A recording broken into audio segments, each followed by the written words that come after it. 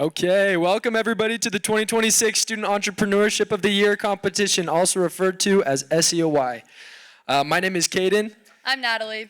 And we're Rollins Center Creators Ambassadors. We are excited to be your MCs today, but we've got a question. Are you guys excited to be here today? All right, we're going to be giving away thousands of dollars today in cash prizes and, more importantly, the title of Student Entrepreneur of the Year. Every finalist team has already won $500, and one lucky entrepreneur will walk away with $3,000.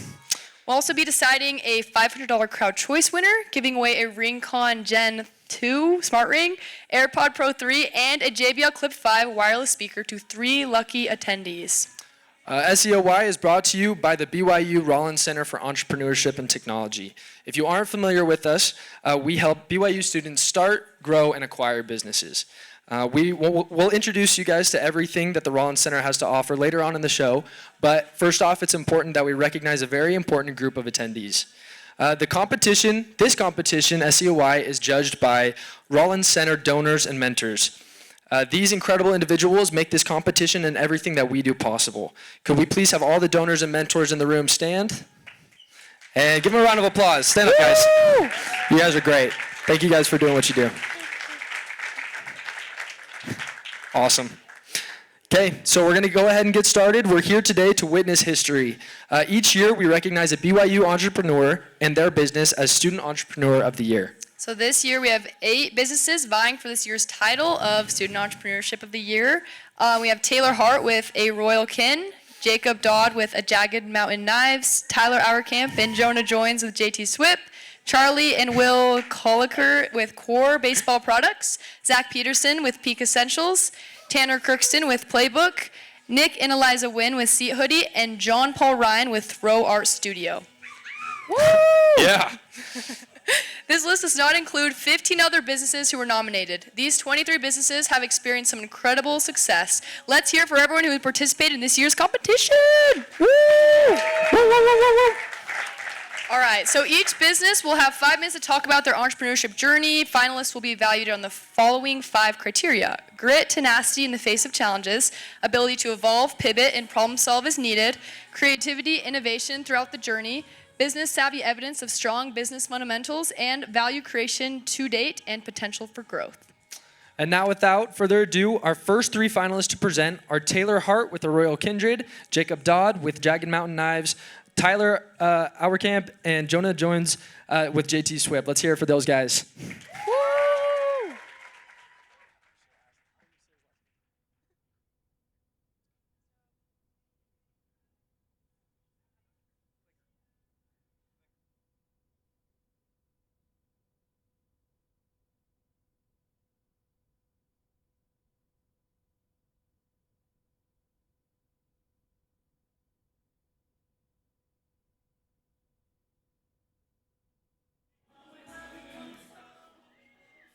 Is my mic on? Can you hear me? Yes? Great. Okay. We put the Jason Derulo off. That's good. My name is Taylor Hart.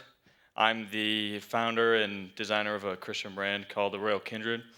And my partner Wesley Wright's in the audience with us as well. So we're excited to be here and to talk to you today. This is my dream job. I think maybe that makes me a little bit unique in some of the people that we have today. This is actually my dream job, and to be able to be doing this right now at 24 years old is better than anything I could have wanted for myself at this point. So I have a lot to talk about and not a lot of time, so I'll get right into it. First off, I'm an artist first and an entrepreneur by necessity. I didn't grow up really wanting to be an entrepreneur, really want to be a business owner. So that's never been the end goal for me. It's been kind of a means to do my dream of sharing a message and making art and sharing it with the world. So something that Wes and I share is a love for the gospel of Jesus Christ and a desire to share eternal truth through contemporary fashion design. And that has given us all the grit and tenacity that we need to face whatever challenge might come our way. And we haven't faced a challenge yet that's made us think twice about if we want to keep doing it or should we go back, should we change our business model. We love doing this so much that we've been able to overcome all the challenges that have come our way as we've started this business up in the first year or two. Next, problem solving and pivoting. There's actually only one problem that we really have at a Royal Kindred, and it doesn't really have to do with manufacturing or shipping or fulfilling or all the hurdles we have to jump over. This is the problem that we have to solve at a Royal Kindred. Both Wes and I being creative people, our taste develops much faster than our skill does. And so we have this vision for the brand and the vision for everything we want to do that's really clear and it's really like high and lofty and everything. Unfortunately, though, because we have limited resources, we end up operating on that, on that dotted curve instead of the top one. And so we're learning to do that right now, to be okay and content with just doing the best with what we have right now. I would imagine before, like, when I get to having a six-figure brand, I'm sure we'll have a warehouse, and I'm sure we'll have a creative studio, and we'll have all these things in place. But instead, we work out of my house. I've got my mom here, and she's one of a few employees that help fulfill orders and everything right from my house. So a couple months ago, this was 2,000 pairs of jeans that showed up in my driveway, and that's how we're running the business right now. I'll show you this too. Our photographer is a high school buddy of mine, and we've made that work as well. And so what that's allowed us to do is actually get a little bit closer to that point where hopefully we'll be able to achieve our taste as we just operate on that lower curve there. So creativity, innovation. We've had a unique challenge here. Like I said, I am an artist, and so I designed these jeans. These are Behold a Man jeans, and I'm wearing the black pair right now. Designed these back in 2023 and started producing them in 2025. I was ready to move on from these a couple months after I had designed them. But I've learned that that's not really how the market works. So we've continued to sell these, and there's been a lot of demand for them. And what that's challenged me to do is design a whole brand right now off of one item, one or two items. And so we just hit 10K on Instagram yesterday. And thank you. And really that is all from this campaign that we've done with these jeans. We've done like 100 or so different ad creatives and content pieces with different ideas and perspectives and angles on these jeans. And we've really built a brand and a world just around those while we wait for a little bit more capacity to introduce the rest of our catalog coming up here. Business savvy and business fundamentals. When I first started this business in 2025, I had the bright idea that I was going to do all of it, that I'm going to do the ads and the marketing, and I'm going to do the fulfillment and the design and everything. I've learned now that I'm best off just sticking to the design. That's where my expertise is, so I do the design, and look, we brought on a team now that does, we have a marketing guy that does marketing, an ads guy that does ads, Wes does our social media, so we've got a lot of people that are really good at what they do. And that's allowed us to grow a lot in the last year, the last 6 months or so. We did 6 figures last year for the first time, and we're already about at 6 figures in the first quarter of this year as well. We've got an average order value of $100 that we've maintained in the past couple of years, and we've barely even touched the tip of the iceberg here. The things that we have coming this year, we have probably 10 or 12 items that we're going to release this year, whereas last year we were only able to do 2 or 3. And so I promise you, as you continue to follow us and pay attention to what a Royal Kindred does, you'll see a lot of amazing things, and like you've never seen a clothing brand do, especially a Christian clothing brand. And we couldn't be more excited to do it. Thank you.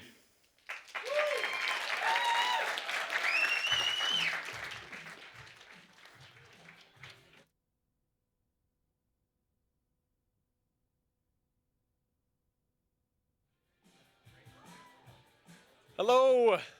Thank you to everyone for coming out today. My name is Jacob Dodd, and I am the owner and founder of Jagged Mountain Knives. Jagged Mountain Knives is a handcrafted, made in America, right here in Utah, knife company. We've been making knives since 2017. I love business. I love entrepreneurship. But as many of you guys know, entrepreneurship is hard and business is very, very hard.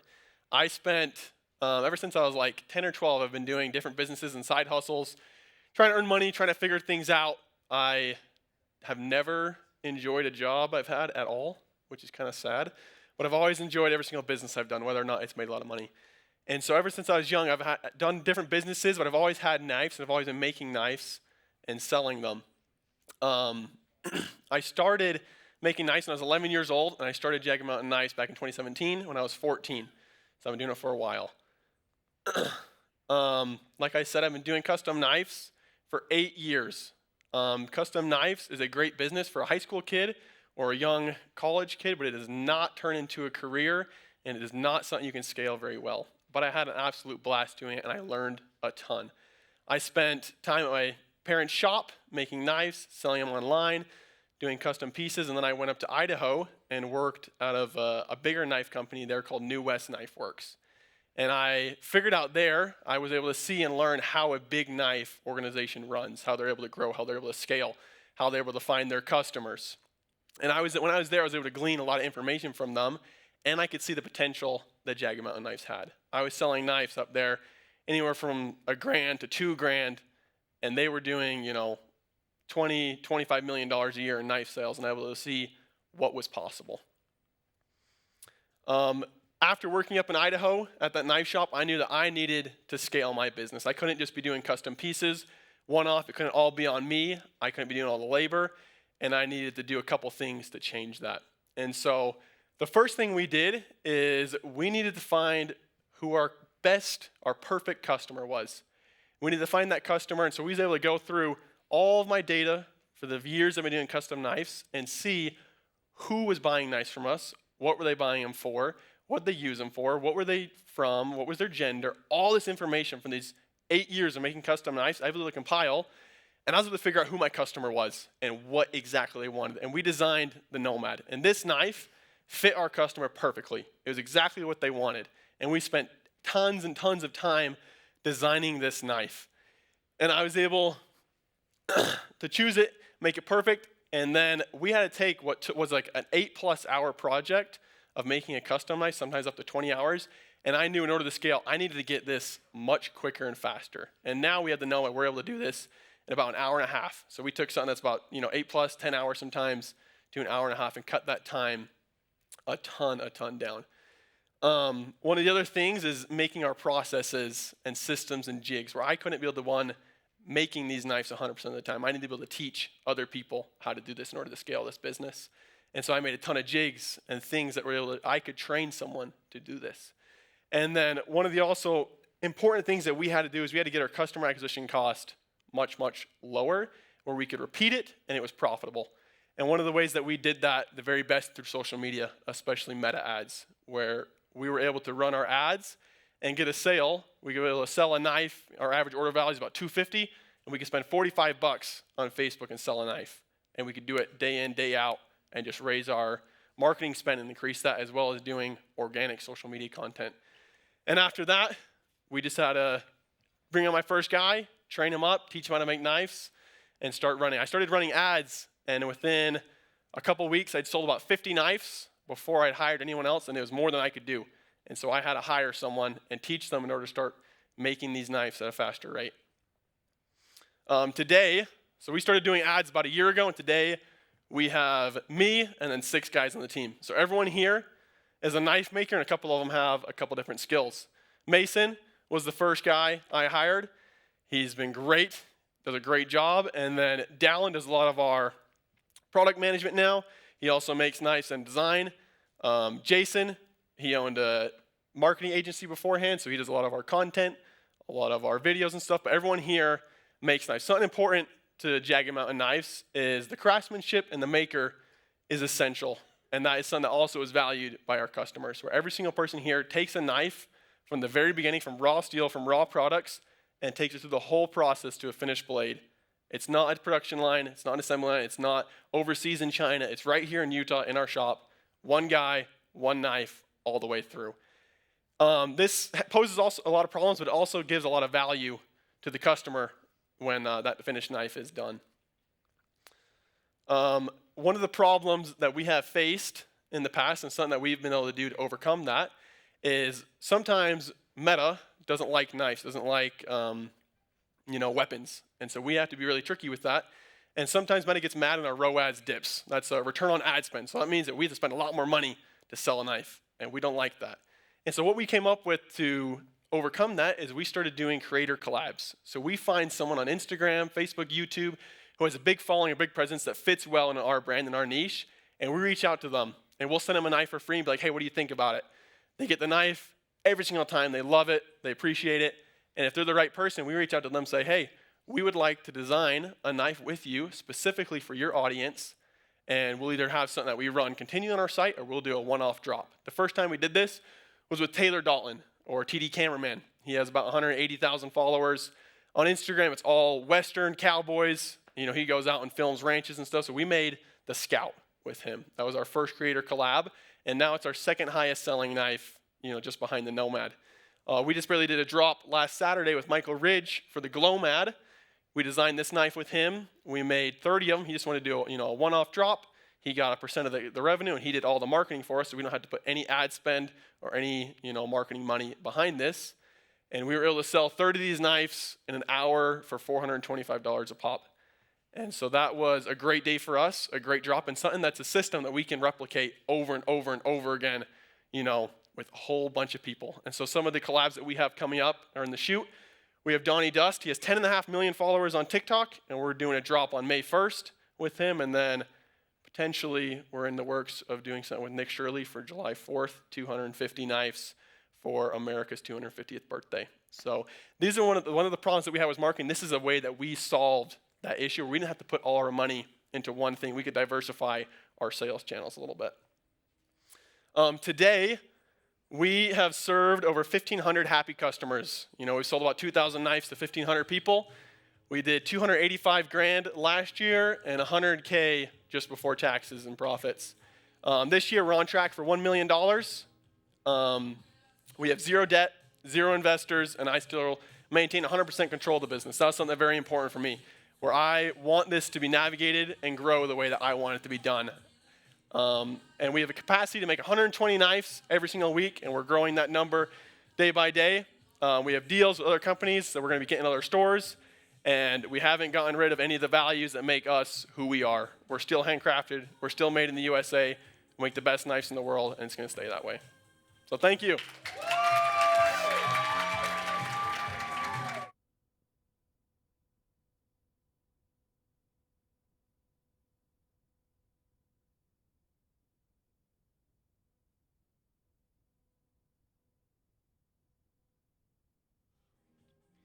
Hey everybody. Hello. Does this work? Hey everybody. There's an 8-year-old that had his first business fail in 3rd grade. What he was doing, due to legal issues, he was selling bracelets to his classmates. And his best client, Marissa, had just bought $30 of bracelets. A week later, the school pulled him out of his class and effectively sued him for the $30 back, because Marissa had actually stolen the money from her mom's rent money. 13 years ago, on the other side of St. George, there was a 13-year-old boy who had just closed his first loan. He had funded his friend some cash to buy some treats in a gas station, and of course charged him interest, compounding every day that he was late. A couple days later, his client's mom showed up to his house, demanding that he return the phone case that he had taken as collateral.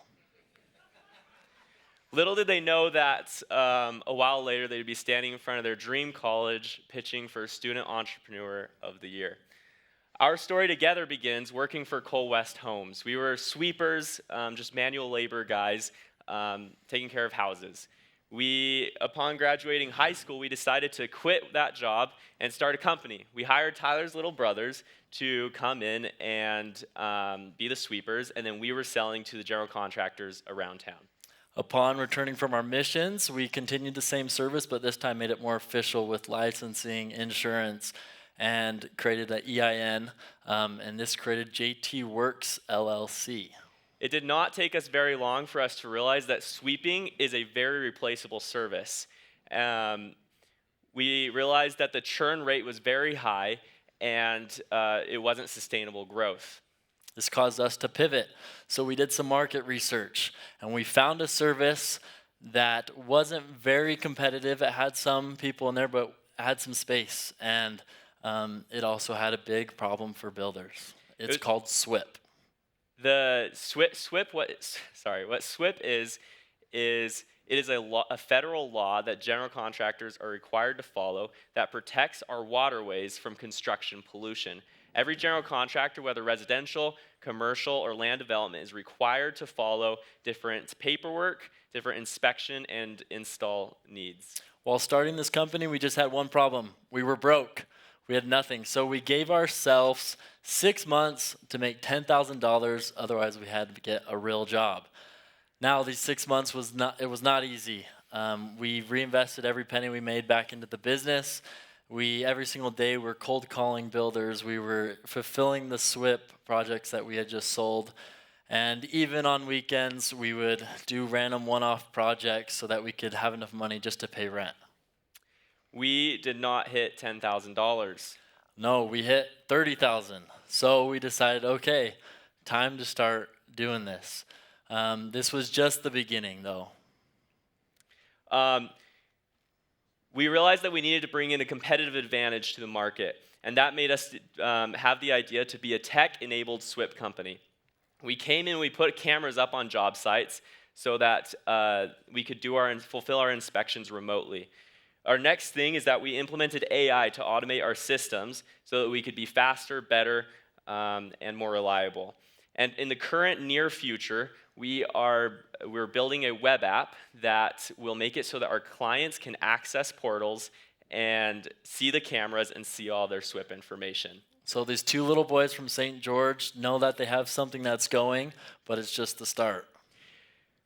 In the past year, in 2025, or in the past 12 months, we have been able to 12x our growth, going from 3 to 35 clients and 6 to 57 job sites. Yeah, on top of that, we went from $3,500 in monthly recurring revenue to $21,000 in monthly recurring revenue. The average of that is around 17 month-over-month % growth. But this is really just the beginning.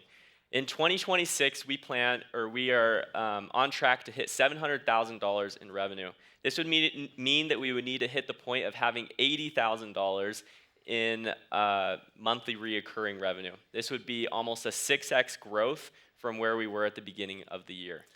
Now, this is easier said than done. So we have 4 main plans to get there. First, continue what we're doing. It's working. We're going to continue growing our sales team. The second one, we just made a marketing hire as well as a full-time.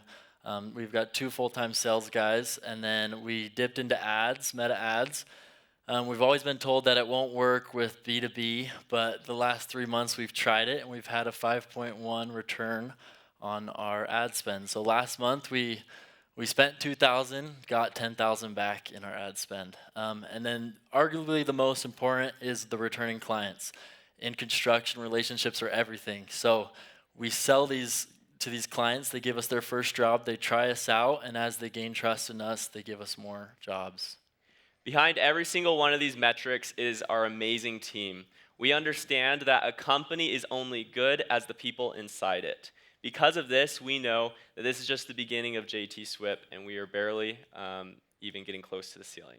Thank you.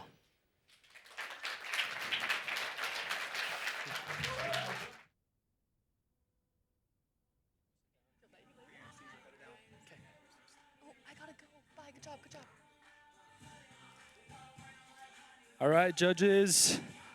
So now is the time for you guys to record any notes that you guys had, so you can look back at them later during the voting.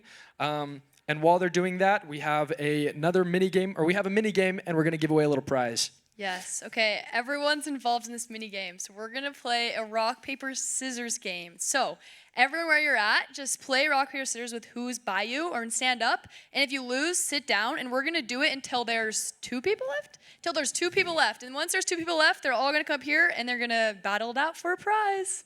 Okay, so go ahead, stand up and play rock, paper, scissors against the person next to you. If you win, look for another person to play. Should we play rock, paper, scissors? Shoot. shoot. 2 out of 3. 2 out of 3. Rock, paper, scissors, shoot. Rock, paper, scissors, shoot. Rock, paper, scissors, shoot. Rock, paper, scissors, shoot. Rock, paper, scissors, shoot.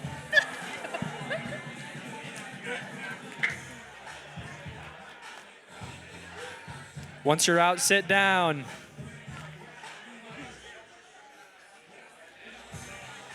Oh, they're still going. The trick is to just win once and then chill and wait. That's the way.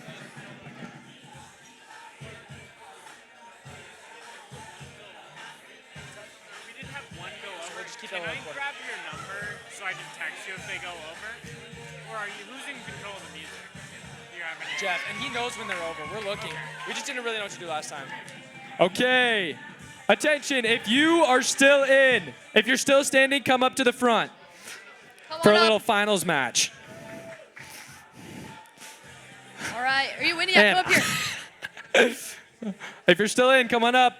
All right. Let's go. Okay. Are you up here? All right. Come up to the front if you're still in. Let's see. We got anybody else? Are you still in? Come up to the front. Come up to the front. Okay. So we're going to have you guys battle it out. We're going to have, what's your name? Jenner and Hannah. So you guys 2 out of 3. We're going to have Blake and Paul. You guys, best 2 out of 3. And then, yeah, go for it.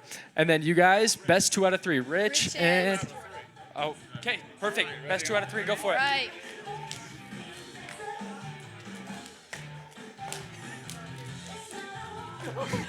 All right, Hannah won. Yeah, 2 out of 3. Okay, you're still in. Okay. You two go for it. Need a tie break, like one of us jump in. Nah. Here, you guys go against each other, and then the winner will go against them.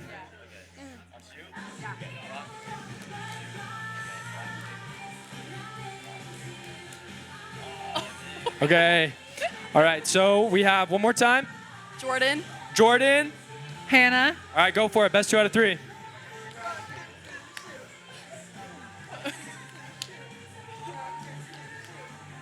Boom! All right, so Jordan wins. Yeah, Jordan, you win a JBL Clip 5. Woo! If you want to come back here with us. Wait. Yeah. Okay, so for our final 5 pitches, for the next 3 finalists, we have Charlie and Will Colliker with Core Baseball Products, and Zach Peterson with Peak Essentials, and Tanner Crookston with Plaibook. Let's hear it for those guys. Woo!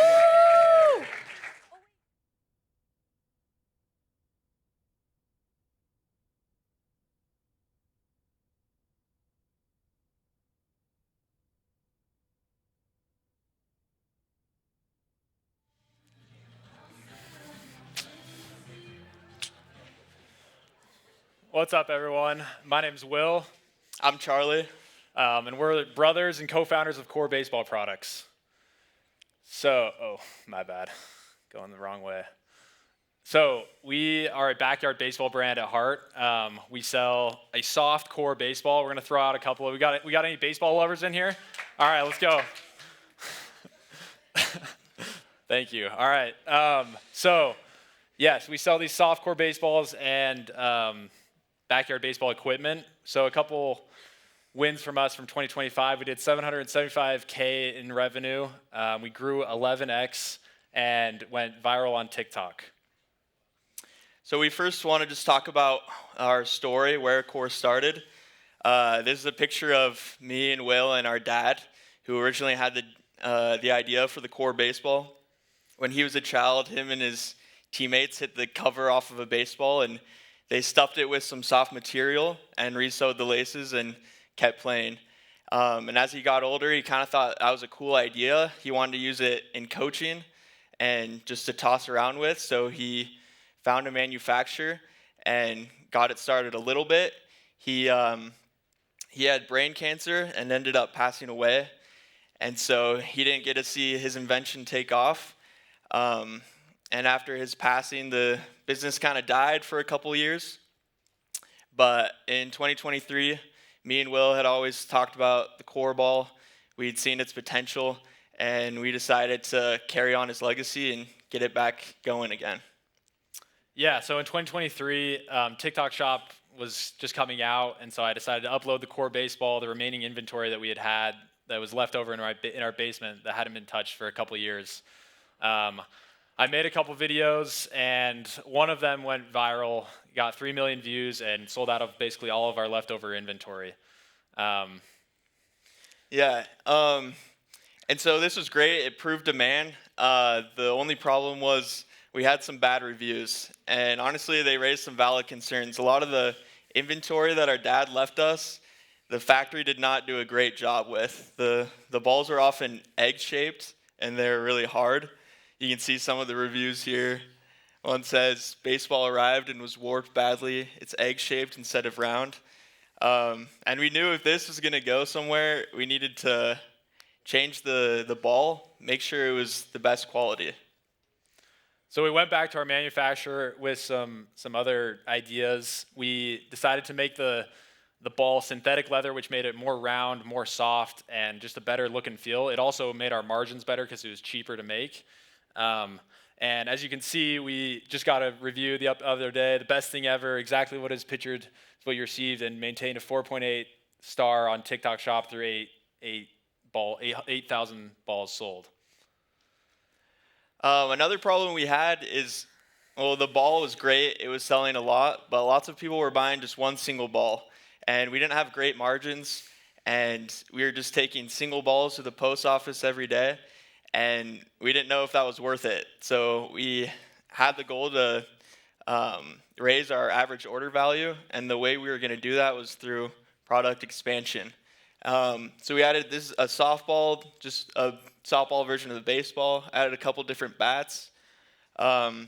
Another thing we found is if we taped up bats and customized them like a pencil or other designs, people loved that, and we could sell them at a higher price and have a better margin. And we kept going. We made a backyard kit with a bag and bases and a ball and bat. And this was all to just increase our average order value. There's a chart here. We were around $11 in October of 2024. And now our average order value is up to around $45 as of this March. Yeah, so all this creation was the perfect storm for us. We kept making content. TikTok built our business. This is a video of my friend that got reposted by ESPN somehow. And then in November and December of last year, we really did the majority of our sales. We did 400,000 of our 700,000 sales in the last 2 months. Me and Charlie would take a final, then drive to our warehouse to hand tape bats so Santa could come that year. And our entire porch was just filled with packages. For 2026 wins and visions, this month we're launching in Shields, which we're super excited about. And we project we'll do over $1.5 million in sales. We're super excited for where Core is going. We believe it is the best way to play backyard baseball or any casual baseball in the park or at the beach. And so we're super excited. Thank you.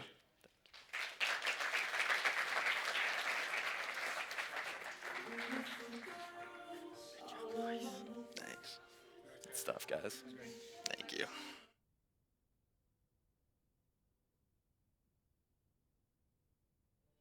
Hello, hello.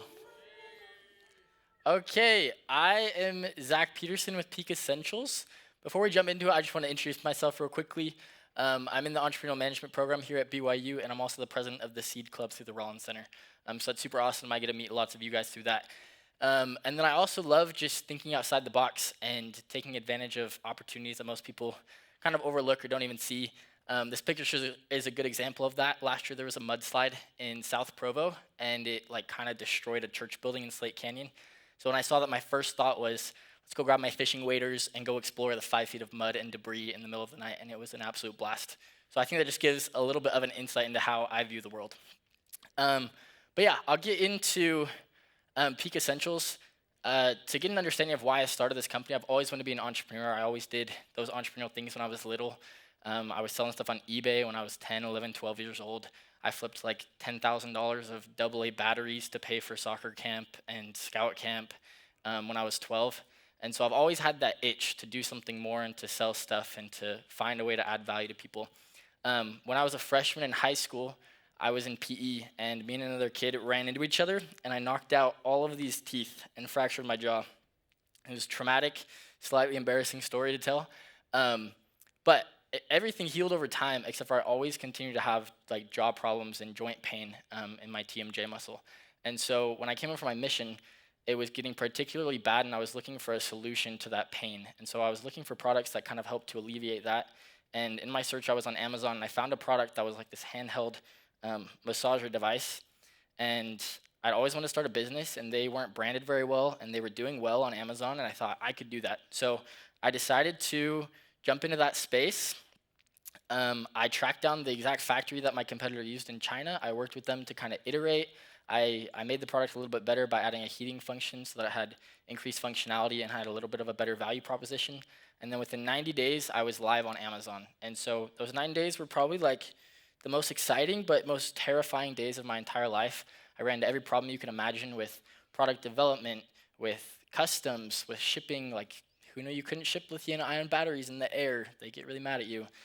With branding, with trademarks. I almost got scammed once. But within 90 days, I was launched. It was super awesome, and it was an immediate success. I was doing $10,000 a month in Amazon revenue, and for a little 21-year-old kid, I thought I had made it. And then by month 4, all of my dreams had been dashed. Probably 24 Chinese copycats jumped on copying my product, and I went from $10,000 a month, and I dropped to $1,000. And I had my entire life savings, $20,000 stuck in inventory. Half of that's on a boat crossing the ocean from China, and I didn't know what I was going to do. But I knew that I was right in some regards, right? I knew that I could find a good product. I just hadn't executed very well. I hadn't kind of defended my brand very well. And so with that, I kind of thought of different criteria, and I made like a thesis of types for how I would continue to do business on Amazon. And so I'll just go through these one at a time. The first one is that I'm looking for markets that are relatively small, so $1 million in revenue or less per year. And so that means they only have between 1 and 3 existing competitors, existing offers on Amazon. And that lends itself to be unsophisticated sellers, right? I'm not going against billion-dollar brands. I'm not going against the top agencies in the country, but I'm going against people where I can beat them head-to-head. I can build a better listing than them. I can offer a better product. I can do better SEO, listing, images. I can beat them on ads. And so I developed these criteria, and I moved into the supplement space because I found some of these niches that these criteria fit really well. And so this is just a quick image of some of the products. These 3 on the left are products that I've launched in the last 2 years, and the other ones are products that I like resold for other brands because I didn't have any more money. I was completely out of capital because it was stuck in my inventory, and so I needed to find a way to kind of inject my business with capital, and so that was kind of my side hustle. And that leads me to where the business is today. This is just my last 12 months business analytics. I won't go into all of them, but some of the ones that I feel like set me apart and that I'm really proud of in my business is I've always wanted to build a business that ran itself, that I wasn't giving myself a glorified job, but I was creating a business that could sustain real value.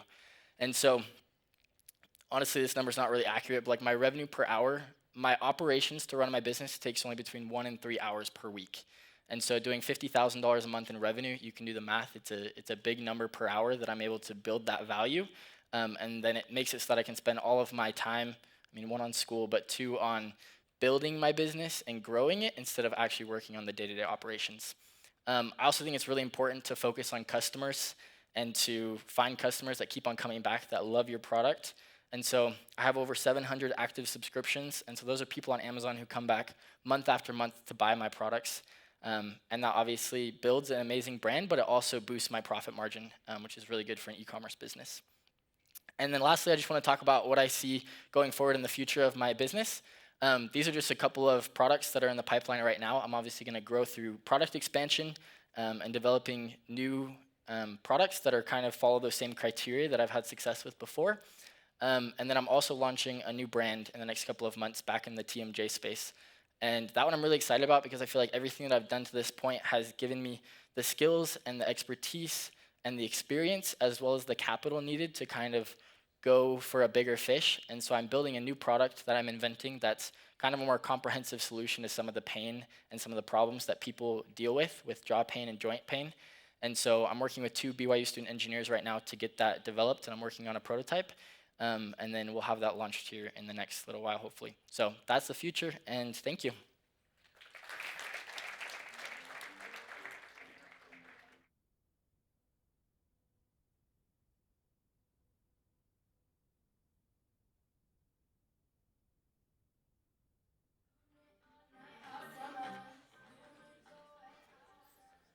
Hi, my name is Tanner Crookston.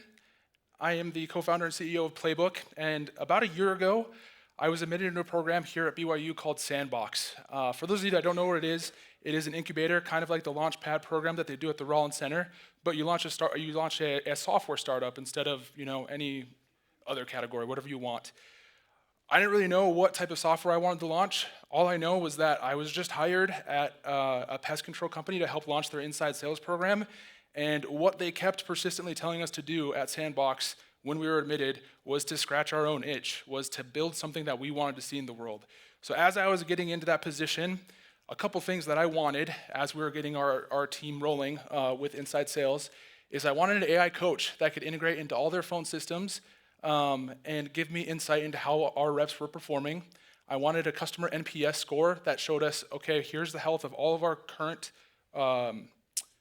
recurring customers, and I wanted an agentic outbound agent that could reach out to customers and upsell them mosquito control.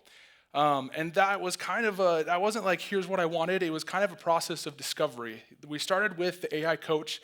We went through a bunch of effort to get API keys and everything for our phone system and whatnot, and what we discovered was that it was impossible for us to pull the recordings for an AI to kind of analyze all the phone call transcripts. So that was impossible, it couldn't happen. The customer NPS scoring, I brought it to my new employer at BRD Pest Solutions, and they didn't care about it at all. I thought it was super cool, but they were just like, no, we don't want to do it. So the last one that we did, that we decided that we would do, was an agentic outbound agent. We reached out to all of their current customers that did not have a mosquito package, and we just asked them if they wanted to add mosquito control to their package. Here are the results. We booked 1,100 mosquito jobs. It generated them $700,000 in revenue, and we negotiated a 10% cut. So we made $70,000 of revenue from that campaign. Although the results were astounding, behind the scenes, it was actually pretty broken. I'm not gonna lie to you. There were lots of unresolved customer service issues, and we reached out to those customers. They thought that we were gonna resolve their customer service issue, but we tried to sell them more pest control instead. That sucked. The next one is we caused a ton of cancellations. That sucked as well.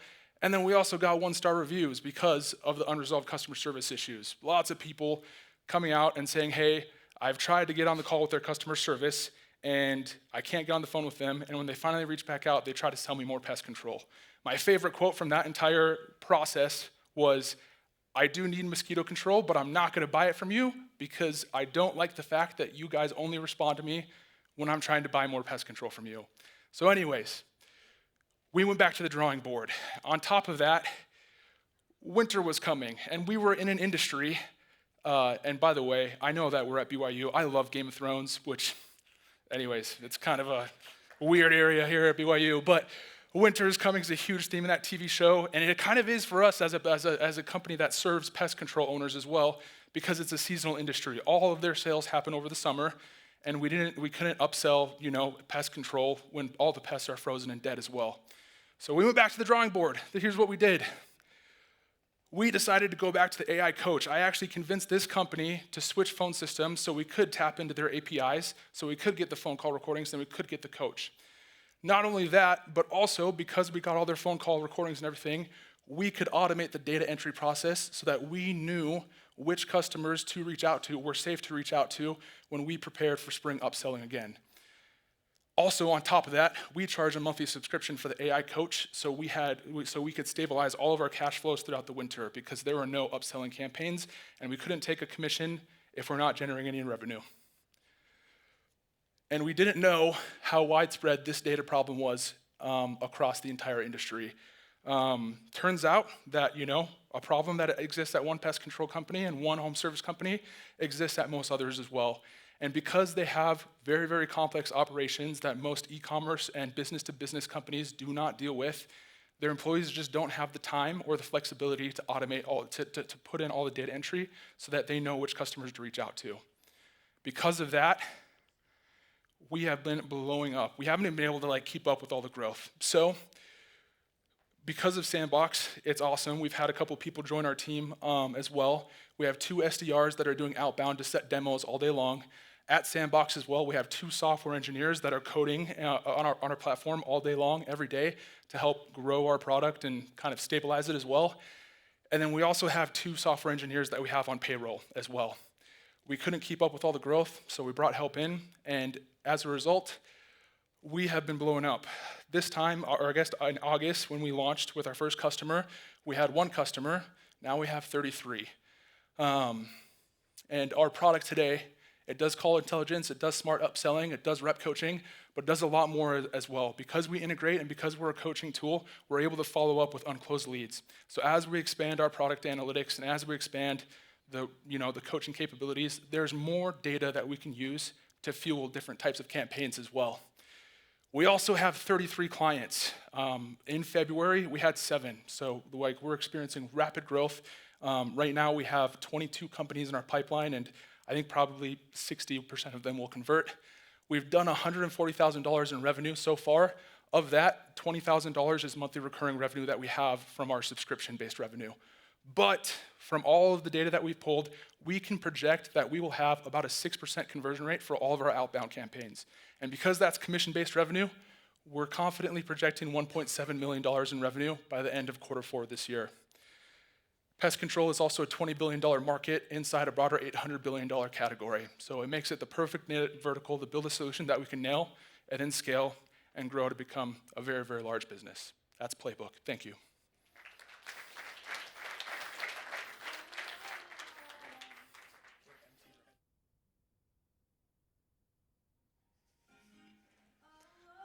All righty, guys. So, judges, again, take notes, write down what you need to.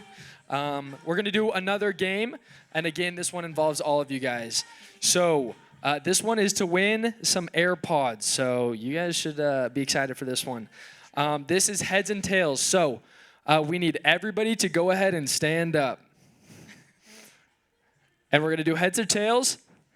We're going to say heads, you're going to face us. Tails, you're going to face the other way. So I'll ask Siri, heads or tails. If you think it's going to be heads, face us. If you think it's going to be tails, face the other way. And we'll just keep going until we've got one person left. Ready? So make your pick, heads or tails. Tails at the back, heads facing us. Tails this way, heads this way. Heads or tails? It's heads. So if you're pick tails, sit down. Okay, let's see. All right. So now pick again, heads or tails? Oh, we got a bunch of resolute heads. Okay. Heads or tails? Heads. Okay, so if you pick tails, sit down. Okay. Go ahead and pick, heads or tails? Heads or tails? It's tails. So if you're facing us, sit down. Okay. Okay, guys. Heads All or right, tails? we've got it down Make your pretty pick. tight. So, heads or tails? You guys make your pick. Heads or tails? Tails. So, if you're facing me, sit down. Oh. Who's left? Who's left? There's a few left. Okay. Raise your hand if you're still left, if you're still in. Okay. So, make your pick. Heads or tails? It's heads. Heads. Okay. Raise your hand one more time. Who's still in?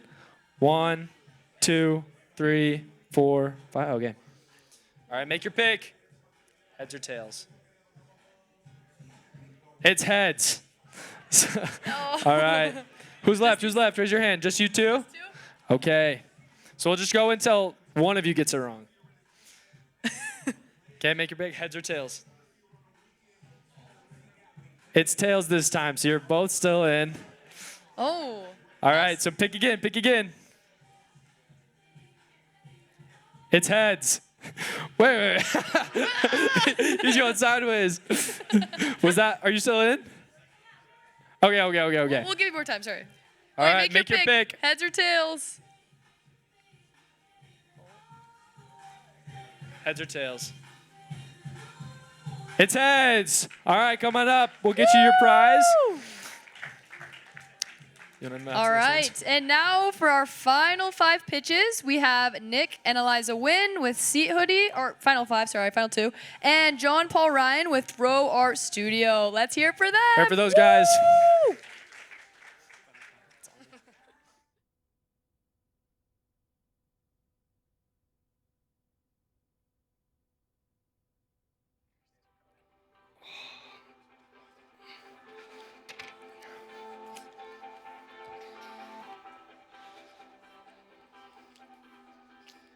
Alrighty, I'm Nick, And I'm Eliza. and we're the founders and owners of Seat Hoodie, a truly simple slip-on car seat cover. So let me set the stage real quick. You've just finished a sweaty workout, sweaty Pilates session, sandy beach day, or even a muddy walk with your dog, and now you've got to get home without getting your car seats dirty. So right now there's 2 options. You can go with a towel. It slips down, moves all over the place, and honestly becomes a driving hazard. Or you can go with option 2, which are these very ugly permanent seat covers. They're a pain to put on and take off, and they honestly hide the beautiful seats that you've paid for. So nothing existed in between, so we decided to build it. And this is the Seat Hoodie. It's a simple slip-on car seat cover with a built-in hood on the back. And the really cool thing about the Seat Hoodie is it's really easy to go on your seat, but it's also easy to take off. There's no straps or buckles. It stays put because of the back headrest pocket that's built in. The fabric is a really soft and absorbent microfiber, and it's machine washable. Awesome. So how did we arrive at Seat Hoodie? During a summer internship, I found out that engineering wasn't my thing, so I decided to look for problems to solve. One problem that I noticed, my mom had just renewed her lease on a new car. It had white leather, and she's a big tennis player. Those things do not match. She was terrified of getting sweat and grime on those white leather seats. She'd use a beach towel. It would slide down her back. She'd end up driving with her face in the steering wheel, and it just was not safe.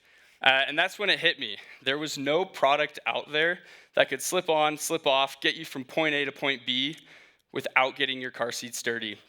So I began to build. I took my life savings at the time of $900 and began prototyping. We ordered 250 units, and that towel car seat cover is now known today as the Seat Hoodie. And the tennis moms absolutely love it. There's been many challenges along the way. Starting off, a lot of design challenges, and so since those 250 units, we've made 2 large iterations on the product, increasing the length, width, and depth of the pocket, as well as a couple other adjustments with our logo. Something we'll always be struggling with is just keeping up with ads and marketing. Markets are always changing. We're finding new markets, and just being on top of that is one skill that we need to nail. So we've actually had a lot of mentors and then classes here at BYU that have helped us do that. And then right now, our most common issue is scaling. So like I mentioned, that first order was 250 units. Now we're ordering 10,000 units every 2 months. So with all of that growth comes managing suppliers, multi-channel fulfillment, cash flow. And one thing we've come to learn is that if you're not building systems, you're falling behind. And so a little bit about the traction and financials of Seat Hoodie right now. We launched in October of 2023, and until this last summer, we'd only done $35,000 in revenue. It was very slow, and I quite literally was ready to throw in the towel. But we decided to take one more chance on our business. We launched on Amazon, and at the same time, we're blessed and went viral on TikTok. So today we've done $550,000 in revenue. And to give you guys an idea of how fast we're growing, we did $150,000 last month. These are the 3 channels we sell on. A large portion of the sales are from Amazon. And then we drive traffic to our online store through Meta ads, and then TikTok shop through our affiliate programs. One thing we're very excited about, and we actually launched this week, is our wholesale expansion. And so with this growth, we've had a ton of Pilates studios, gyms, auto shops reach out to us with the desire to create custom seat hoodies with their logos. And this provides them with a product that they can give to their customers to improve their experience, but also market their business within the community. And so we've been building that out and receiving orders anywhere from 25 units to 1,000 units. A part of our company that we're really proud of is our partnership with Tidy Ocean. So for every one seat hoodie bought, there's 1 pound of trash removed from the ocean. And this is something that really matters to us and something, again, that we're really proud of. It not only employs people in need, but it also gives back to a place that Nick and I really love. Right now, we're working on making Seat Hoodie the brand for car accessories in the active lifestyle space. So we're doing this by rolling out new patterns and designs, as well as we hope to launch the Seat Hoodie XL, which is a larger version of our current Seat Hoodie that is compatible with seats in larger vans, trucks, or commercial vehicles. We also hope to make the Baby Hoodie, which is a smaller version of our current Seat Hoodie that's compatible with baby car seats that helps protect the expensive seats that you're buying from any baby spill or mess. And our target goal for 2026 is to do $2 million in annual revenue. And we just want to close by saying thank you. Me and Eliza, we both graduate this semester, and the success that we've had would not have been possible without the donors, mentors, and teachers here at BYU. We were all in. We both recently declined our full-time offers to work after school, but we are so excited to graduate and go headfirst into this adventure. Just remember, Seat Hoodie, sweat or sand, we've got you covered. Thank you.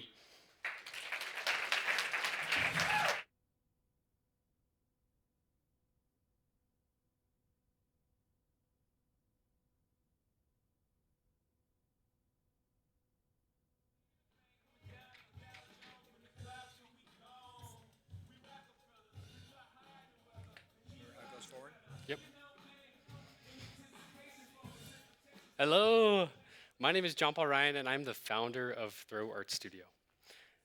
Now, imagine with me, if you will, October 2023. I know it might be hard to remember right now. It's kind of snowing today, kind of random. But fall time, what do you see? You look out on the mountainside, some beautiful fall leaves coming together, some reds, some oranges, some yellows. And so if you're anything like me back then, you wanted to go and have some fun, take some pictures with your friends. And so I'm sure you might have driven up the Alpine Loop. That's where we were. We got to our destination. We got out, and I wanted to get a better vantage point of this beauty. So I decided to find an aspen tree. I know many of you have climbed them before. But about 5 feet up in the air, I realized I had made a mistake. The branch broke, causing me to fall backwards onto my back and subsequently roll down the hill and break my hand. So you're probably wondering, why am I telling you this embarrassing story? Well, there is a purpose. So if you rewind back to John Paul in high school, as you can see from this photo, pottery and I became fast friends. And pottery was a way for me to express myself and honestly to curb a lot of the loneliness that I had in high school. And so 5.5 weeks before my happy accident, I signed a commercial lease, and I decided to fulfill my dream of starting my own studio, making a place where people could experience kind of what I did in high school. So exactly how do you do pottery with a broken hand? Well, you learn how to do it with your other hand, and I can show you sometime if you want to come by the studio. But it was time to start to hustle and actually fill up this space. And so I did a lot of things to do that. I started to do these on-campus events. I don't know how legal it was. Handed out hundreds of flyers at UVU and BYU because I wanted to start off with a day-night offer to get people into the studio. And I figured BYU, Provo, Utah, I could get some people to come in and start to learn how to do pottery and have a fun ghost experience for all of the front row over here. And we started to see some really awesome success. We hired a team of instructors, which helped when I had a broken hand, and a manager to kind of grow the studio. And this is our studio over on 3rd South and 3rd East here in Provo, Utah. But late last year, 2 days before my daughter was born, I was looking through our financials, and I was like, we're not making any money. I was like, we're actually $10,000 in debt. So imagine the spouses in the room. Imagine telling your spouse that a few days before. Wonderful Eden, if you want to meet her, she's in the back. that, you're in debt. So it caused me to reflect and honestly think like, I thought I was like a good business owner. We're doing good stuff. But honestly, I didn't know my business. I didn't own our numbers. And it caused me to reflect and start to track our KPIs. What's our class occupancy? What's our revenue per week? What's our unit economics? Are we going to be profitable per lesson? And I started to edit our pricing, change it up. And honestly, through a lot of prayer and fasting, we built a really awesome sales process and system where we were able to scale and add a membership program. So we increased our members from 70 to 184 members. Maybe one of them churned. So 163% increase. And then we've been able to grow our revenue and add about $30,000 on average a month, a quarter, since we started that sales process.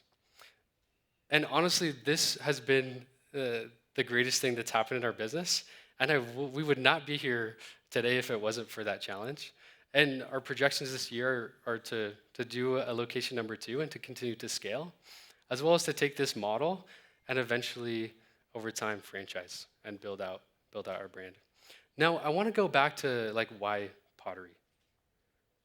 My mission, obviously, I want to feed my family and take care of our new wonderful daughter. But our purpose is to love people through art and kind of provide what I experienced when I was in high school. And so I just want to share a quote. I was just talking to one of our members this week, and this is what she said. This is Malia. I'm going to read it here. Okay. All of 2025, our family was in chaos. I was at home, and I never really got out. Pottery was my way to get out and do something for myself, to have my own thing. That's why I'm here all the time. She lives in Lehigh. She drives to Provo every day, most days. It's something that I can do for myself, to ground myself, to be able to go home, be a good mom for my kids and my family. And so next time you see an aspen tree, don't climb it, but I hope it prompts you to pursue your dreams. Thank you.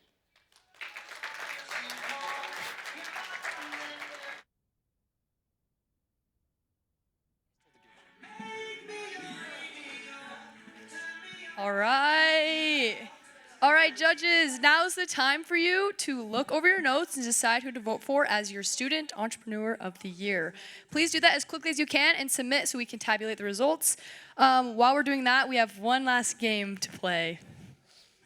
Okay, so before we start this game, we need some volunteers that think they're good at motivating, good at giving little pep talks, little speeches.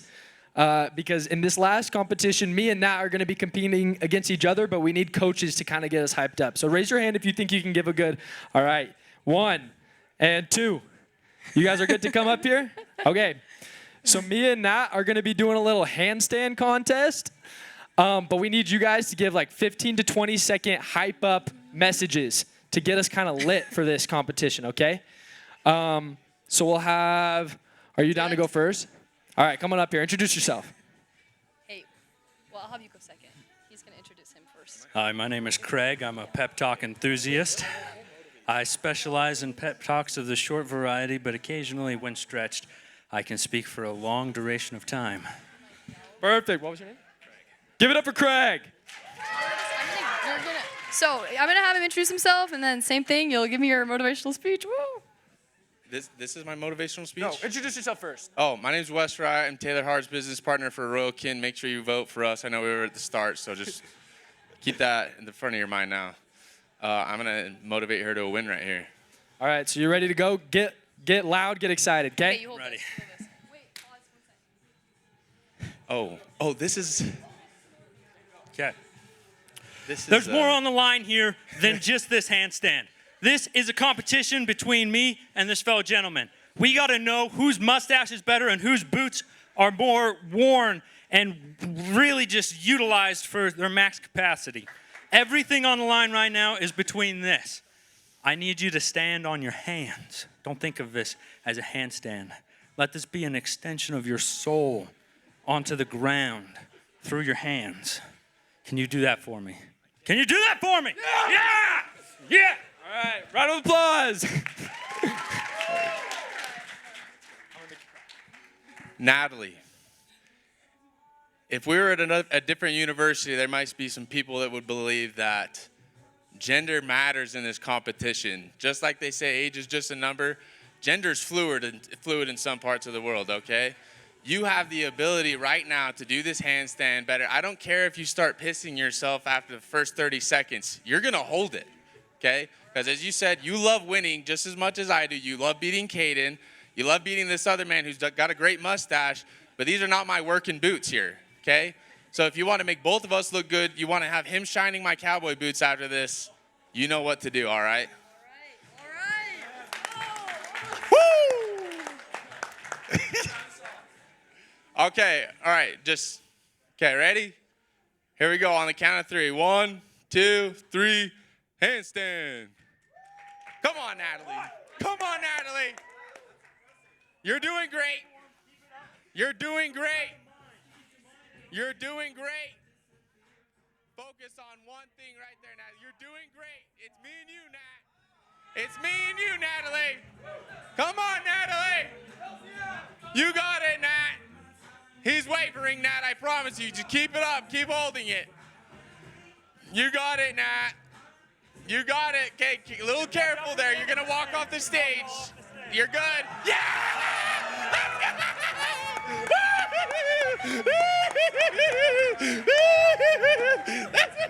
Let's go. All right, let's hear it for our winners. Good job. That was awesome. Thanks, man. I totally believed in you. Here you go. I don't know. Back with us, you get a prize. Oh, wait. You go back here. My shoulders are tired. Okay, so hopefully the judges are wrapping up voting. We also have a crowd choice competition. So we need everybody to go ahead, pull out your phones. Oh, I'm out of breath. And vote for your guys' favorite pitch of the day. We'll give you guys like a couple seconds to do that.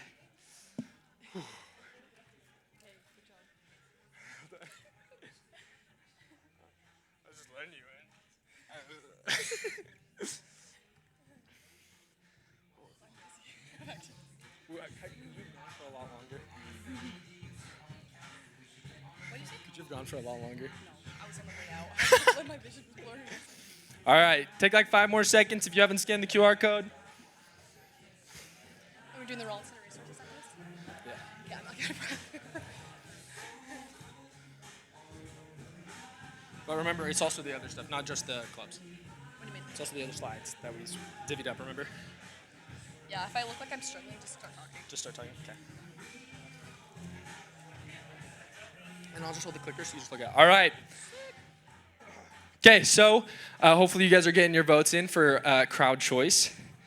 Like I said at the beginning, Nat and I are ambassadors for the Rollins Center for Entrepreneurship and Technology. And we just wanted to take the opportunity to talk a little bit about what we do and how you can kind of access some of the resources that we have available. So first off, we have an awesome group of mentors and people who have kind of been through the struggles of starting a business. In a lot of our programs, we can connect students one-to-one with mentors and give them the opportunity to discuss, business and just help them overcome the hurdles that come with being an entrepreneur. At the Rollins Center, we have lots of awesome programs like Sandbox and the Launchpad. And one of the clubs we also have is called WE. It's our Women in Entrepreneurship. And it's basically just supporting women in entrepreneurship and business. And anyone's welcome to join and just network, meet more people who are trying to start and grow their businesses. Yeah, huge plug for WE. Love women, love entrepreneurship, so give that a try. We also have something called Creators. It's the entry-level entrepreneurship club on campus. We meet Fridays at noon at the Rollins Center. Come check it out. We have activities for all levels of entrepreneurs, and if you think you're even kind of interested in starting a business, definitely show up. One of the other ones we do is Sandbox. It's a summer accelerator program.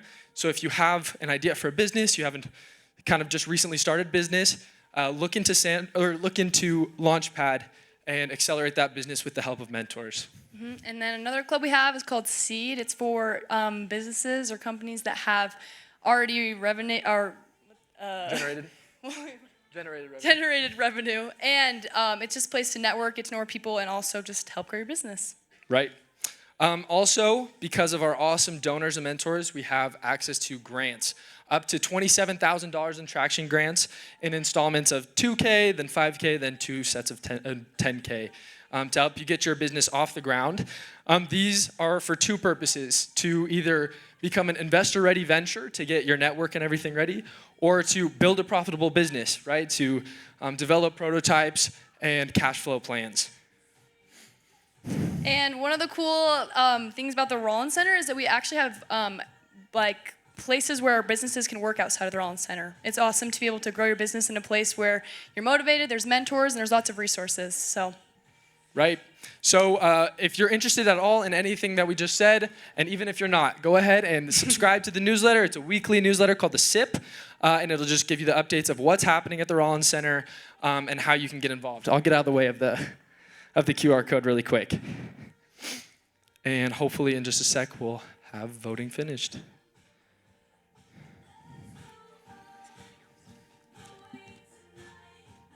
All right, we'll give just a quick more second for you guys to finish crowd choice voting and the judges voting, and then we'll announce the winners.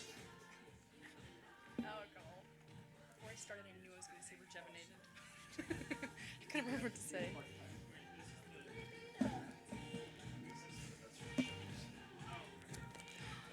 Okay, then when I go back out there, we're going to say, well, look, the judges are wrapping up. Let's give a huge round of applause for all the people, all businesses.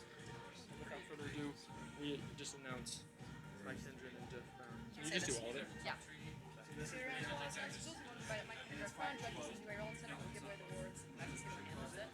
We're done. We did it. Yay! Good job! I'm out of breath, dude. I'm out of breath and I'm just freaking not doing well. Are you guys ready? Can you do a final call? A final call? You got the call. Okay, guys, just a final call for the judges. Go ahead and finish up your voting, and we'll get the winners out to you in just a sec. Thanks.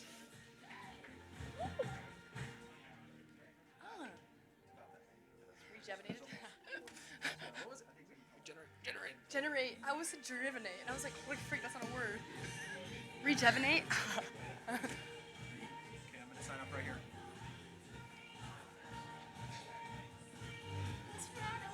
I did handstands for a minute. Yeah. I was looking my head hurt. I think that was more fun than last time, too. It was.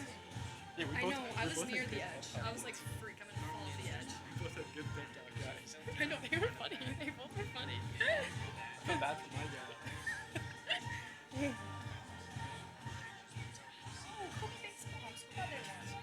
Guys, vote so Jagged Mountain Mag doesn't.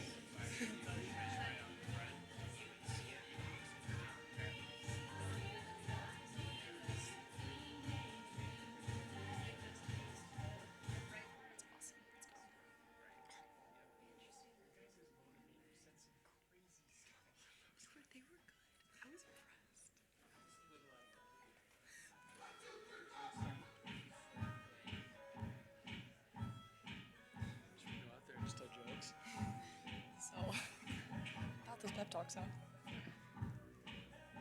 Just really did.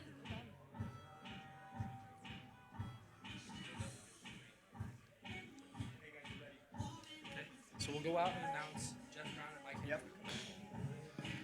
So I'm talking, right? You're talking about that. All right, guys. Looks like the judges are wrapping up. We just want to give a huge round of applause to all the businesses that participated today. Woo! All right, without further ado, to announce the results, we want to invite up Mike Hendren and Jeff Brown, directors in the BYU Rollins Center, who will help us award the prizes. Everyone, give them a hand.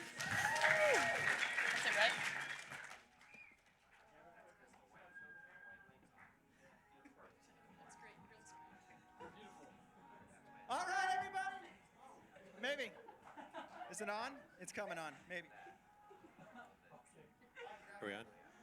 All right, there we go. Test. I think it's now on. Are we on? Hello? This is our comedy act. There we go. There we go. Now we're on. All right, everybody. Thank you so much for coming. We're about to, yes, round of applause. Thank you. Hey, one thing I want to say about this group of students. So I run a organization on campus called SEED, and SEED is for entrepreneurs who have revenue generating businesses. The majority, if not all of these who are presenting tonight are from SEED, and it's so cool. Like every time we do this event, they are always like the biggest cheerleader for each other. And they all want each other to succeed. And so thank you all. Congratulations to all of you for the amazing businesses that you have. I'll second that.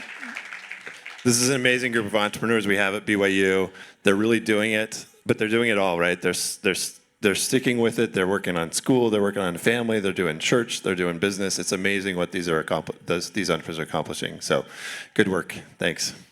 All right, so first, we're going to announce the crowd choice, which is going to walk away with $500 additional dollars. Well, maybe just $500 too, we'll see.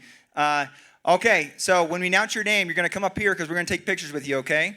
So, all right, can we get a, yes, there, how do you, drum roll. Drum roll, that's what I'm trying to say, drum roll. $500 in crowd choice is going to Jagged Mountain Knives. Right there. Get on up here, Jacob Dodd. Congratulations, my brother. Wait. You got to stand next to us.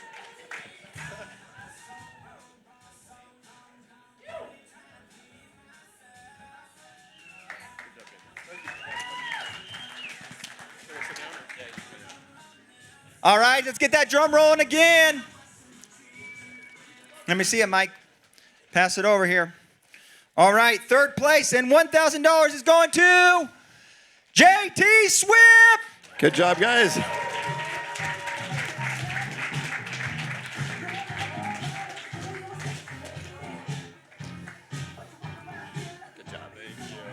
Congratulations, guys.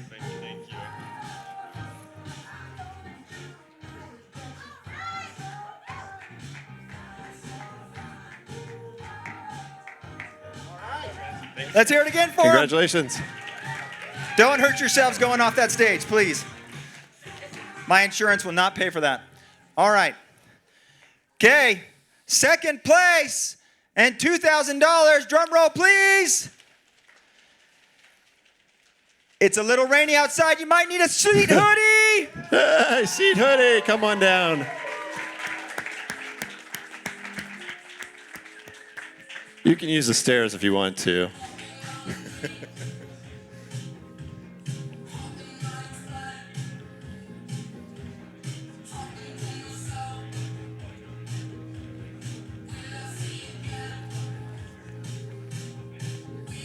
Nice work.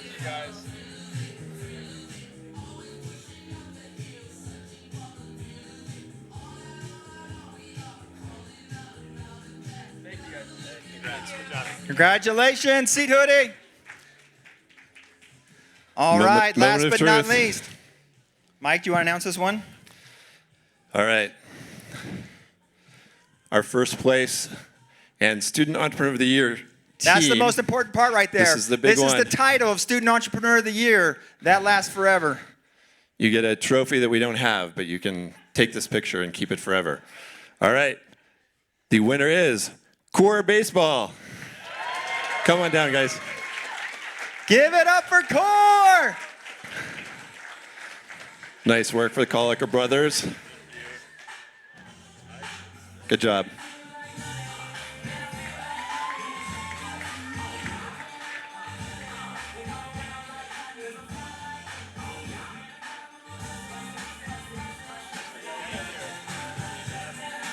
Thanks for coming. That's all we got.